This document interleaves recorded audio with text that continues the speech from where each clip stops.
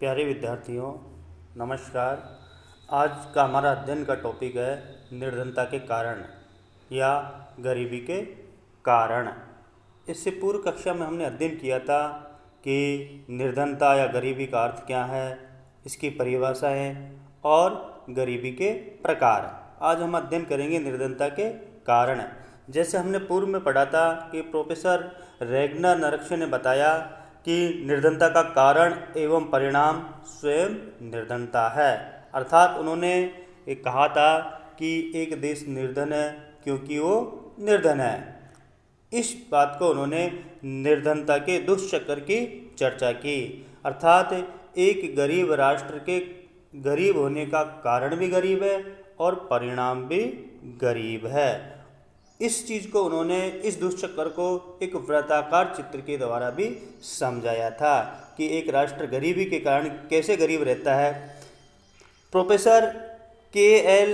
भट्टाचार्य ने बताया कि निर्धनता और आर्थिक पिछड़ेपन दो पर्यायवाची शब्द है। मानी जो गरीबी और आर्थिक पिछड़ापन है ये एक दूसरे के पर्यायवाची है। अर्थात यदि एक देश गरीब है क्योंकि वो अल्प विकसित है, आर्थिक रूप से पिछड़ा हुआ है, और एक देश आर्थिक रूप से पिछड़ा हुआ क्यों है? क्योंकि वो गरीब है। अर्थात गरीब और आर्थिक पिछड़ापन एक दूसरे से जुड़े हुए हैं। एक का कारण दूसरे का परिणाम होता है। आज भी हम देखते हैं कि विश्व की जो अधिकांश जनसंख्या का भाग निर्धन है।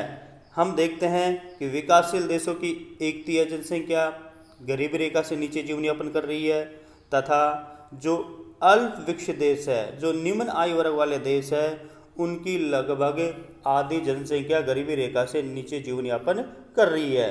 गरीबी रेखा से में हम शामिल करते हैं कि ऐसे परिवार, ऐसे व्यक्ति जो कुपोषण के शिकार होते हैं, अशिक्षा होता है, विभिन्न रोगों से घिरे हुए होते हैं, उनको हम गरीबी में शामिल करते हैं। और दूसरी बात, क्षेत्रीय रूप में यदि देखें तो गरीबी गांवों की तुलना में शहरों में अधिक देखने को मिलती है।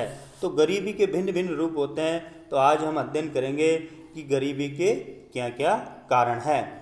इसमें पहला हम लेते हैं अल्प विकास। यानी गरीबी का जो प्रमुख कारण है वो अल्प विकास है। यानी हम देखते हैं कि अल्प विकसित और विकासशील राष्ट्रों में जो निर्धनता का जो मुख्य कारण है अल्प विकास है। अर्थात उन राष्ट्रों ने, उन देशों ने आर्थिक विकास धीमी गति से किया। इस वजह से उन देशों की राष्ट्रीय आय और प्रति व्यक्ति आय अपेक्षित वृद्धि नहीं हुई। मानी जितनी उन्होंने उम्मीद की थी उसकी तुलना में राष्ट्रीय आय और प्रति व्यक्ति आय में वृद्धि नहीं हुई, और जिसका परिणाम ये हुआ कि जनसंख्या का जो बहुत बड़ा भाग है वो मूलभूत आवश्यकताओं से वंचित रह गया। यानी कहने का तात्पर्य है कि गरीबी के कारण मुख्य जो कारण है वह अल्प विकास है। मान किसी देश ने जितना वो विकास उसको करना चाहिए था उतना विकास उसने नहीं कर पाया।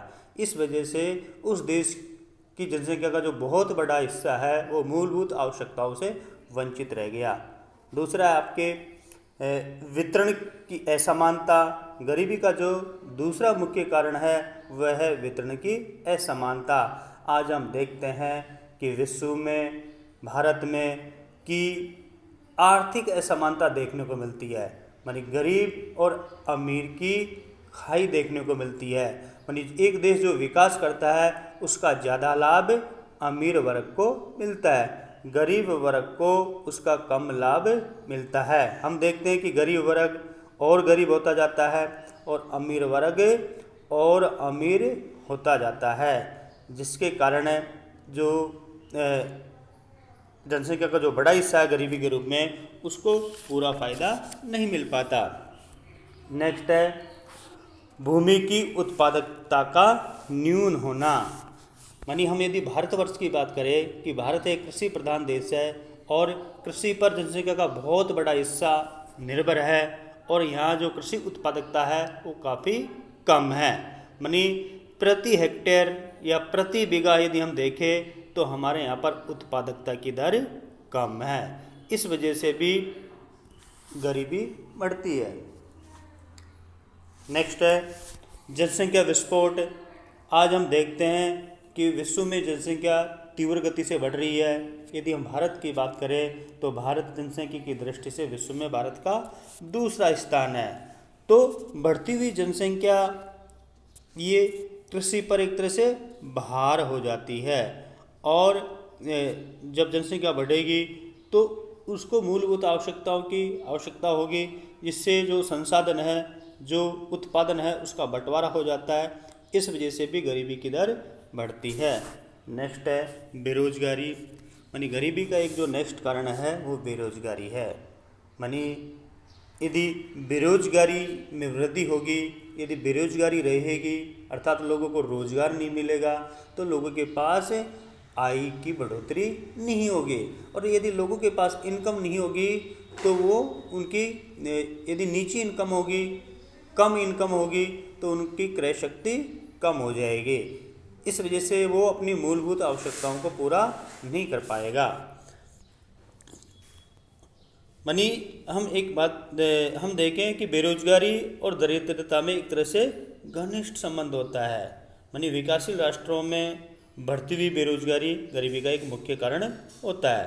मनी रोजगार के साधन सीमित होते हैं, और हम देखते हैं कि ग्रामीण क्षेत्र का एक जो बड़ा वर्ग है वो शहरी क्षेत्र की ओर पलायन होता है। किस लिए? रोजगार की तलाश के लिए। लेकिन वहाँ भी उनको कई बार पूर्ण रोजगार नहीं मिल पाता, तो बेरोजगारी की वजह से भी गरीबी बढ़ रही है। नेक्स्ट है पूंजी की कमी।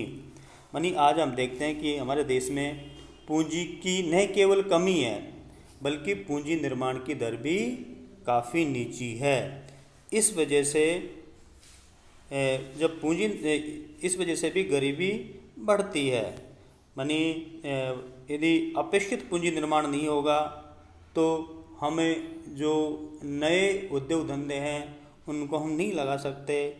और दूसरी बात है कि भारत में जो पूंजी उत्पादन अनुपात है उसकी दर भी काफ़ी ऊंची है। पूंजी उत्पादन अनुपात अर्थात उत्पादन की एक इकाई या वस्तु की एक इकाई उत्पादन करने के लिए कितनी इकाई पूंजी की आवश्यकता होती है, उसे हम पूंजी उत्पादन अनुपात कहते हैं। तो पूंजी उत्पादन अनुपात ऊंचा होने से हमारे यहाँ पर उत्पादन लागत भी अधिक होती है, और परिणाम स्वरूप जब उत्पादन लागत अधिक होगी तो महंगाई भी बढ़ेगी, जिससे भी गरीबी बढ़ जाएगी।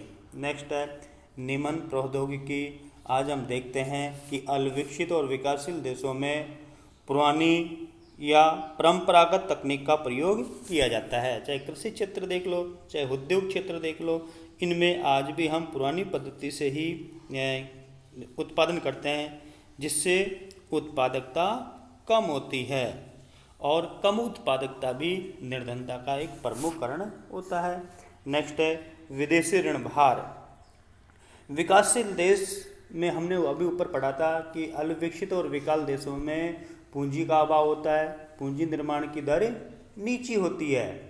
इसी कारण से विकासशील देश अपनी आवश्यकताओं को पूरा करने के लिए, अपने विकास को गति देने के लिए विदेशों से ऋण लेते हैं, और ये विदेशी ऋण कई बार इतना अधिक हो जाता है कि उसके जो आय का बहुत बड़ा हिस्सा ब्याज चुकाने में ही चला जाता है, और कई बार ऋणों के ब्याज चुकाने के लिए भी हमको ऋण लेने की आवश्यकता होती है। इस वजह से देश के ऊपर लगातार भार बढ़ जाता है, और एक देश जो वास्तविक जो विकास करना होता है वो विकास नहीं कर पाता, और जिसके कारण गरीबी बढ़ती है, क्योंकि देश का जो बड़ा हिस्सा है आय का वो ब्याज चुकाने में ही चला जाता है। नेक्स्ट है प्रादेशिक विषमताएं। यानी न केवल आर्थिक विषमता होती है बल्कि क्षेत्रीय विषमता भी पाई जाती है, प्रादेशिक विषमता भी पाई जाती है।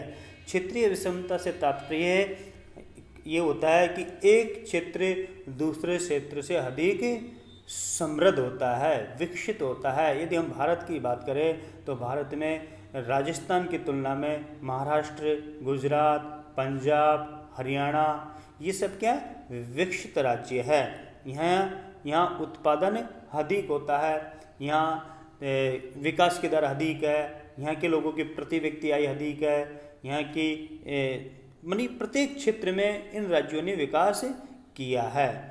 तो जब प्रादेशिक असंतुलन होता है तो उससे भी गरीबी में बढ़ोतरी होती है।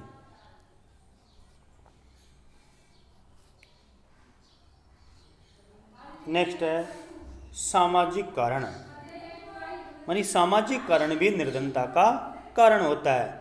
सामाजिक कारण में हम देखते हैं कि कई बार समाज में कई प्रकार की रूढ़िवादिता होती है, निरक्षरता, अज्ञानता, भाग्यवादिता, धार्मिक रूढ़िवाद, संयुक्त परिवार प्रणाली, ये सब निर्धनता के कारण होता है।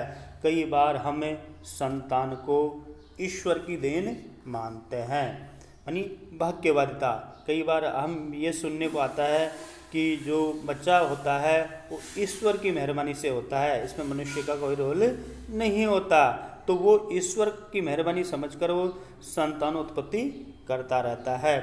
और कई बार से हम देखते हैं कि समाज में कई प्रकार की रूढ़िवादिता है कि जैसे हम जिसको सामाजिक बुराई कह सकते हैं, दहेज प्रथा, नुक्ता प्रथा, और कई प्रकार से हम समाज में पैसे को व्यय करते हैं और उस पैसे को हम शिक्षा पर खर्च नहीं करके सामाजिक रीति रिवाजों में ही हम खर्च कर देते हैं।